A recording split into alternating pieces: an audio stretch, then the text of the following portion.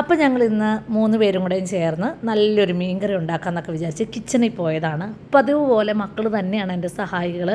അവർക്ക് എന്നോട് ഭയങ്കര സ്നേഹമാണ്. എല്ലാ മക്കളും അവരുടെ അമ്മമാരെ സ്നേഹിക്കുമല്ലേ. അവരുടെ സ്നേഹം നമുക്ക് ഏറ്റവും കൂടുതൽ അനുഭവിക്കാൻ ഏറ്റവും സുഖമുള്ള സമയം അവരുടെ ചൈൽഡ്ഹുഡാണ്.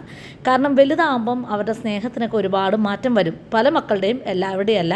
അപ്പം അവർ ചെറുതായിരിക്കുമ്പം നമ്മൾ അവർക്ക് അവരുടെ കൂടെ ഇരിക്കുക, സ്നേഹിക്കുക, നല്ല സമയമൊക്കെ അവരുമായിട്ട് സ്പെൻഡ് ചെയ്യുക. അതാണ് നമുക്ക് ചെയ്യാൻ പറ്റുന്ന ഏറ്റവും വലിയ കാര്യം. അപ്പം ഇവരെ ഞാൻ എൻ്റെ കൂടെ തന്നെ ഇരുത്തും കേട്ടോ. എന്ത് ചെയ്യണമെങ്കിലും അവരെ ഞാൻ എൻ്റെ കൂടെ കൊണ്ടേ ഇരുത്തും. അവർക്ക് ഞാനുമായിട്ടുള്ള ബോണ്ട് കൂടും. അപ്പം ഞാൻ മീൻകറി വെക്കാൻ പോവാണ്. മീൻകറി വെക്കാനായിട്ട് പ്രധാനപ്പെട്ട കാര്യങ്ങളൊക്കെ അവർ തന്നെ എൻ്റെ അടുത്ത് വന്നിരുന്ന് ചെയ്തു തരുന്നുണ്ട്. പിന്നെ ആണെങ്കിൽ എനിക്കൊരു നല്ലൊരു വലിയൊരു ചൂരമീൻ കിട്ടിയായിരുന്നു. അപ്പോൾ ചൂരമീൻ്റെ തല മാത്രം കഴുകി ശരിയാക്കിയെടുത്ത് അതിൻ്റെ ഒരു പകുതി ഭാഗം മാത്രം ആണ് കറി വെക്കാൻ പോകുന്നത്. കാരണം മുഴുവൻ കറി വെച്ച് കഴിഞ്ഞാൽ ആരും ഇവിടെ കഴിക്കാനില്ല, അതെടുത്ത് കളയേണ്ട വരും, വേസ്റ്റ് ആക്കണ്ടല്ലോ എന്ന് വിചാരിച്ചിട്ടാണ്.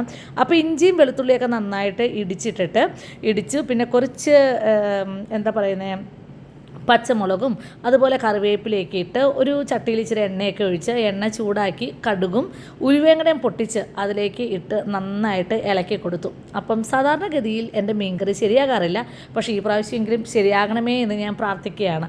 അപ്പം നന്നായിട്ട് ഇളക്കി നന്നായിട്ട് വഴറ്റി. നേരത്തെ ഞാൻ ചെറുള്ളി ഇടുമായിരുന്നു, പക്ഷേ ചെറുള്ളി ഇട്ട് കഴിഞ്ഞാൽ മീനിൻ്റെ ടേസ്റ്റ് പോകുമെന്നൊക്കെ പറഞ്ഞ് കേട്ടതുകൊണ്ട് അതും ഞാൻ ഒഴിവാക്കി.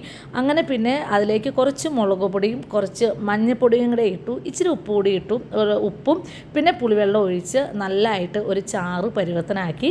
ഫൈനലി അതിലേക്ക് മീൻ കഷ്ണങ്ങളൊക്കെ ഇട്ട് അതൊക്കെ നന്നായിട്ട് തിളച്ച് ഏറ്റവും അവസാനം ഇതാണ് ഈ രൂപമെത്തി.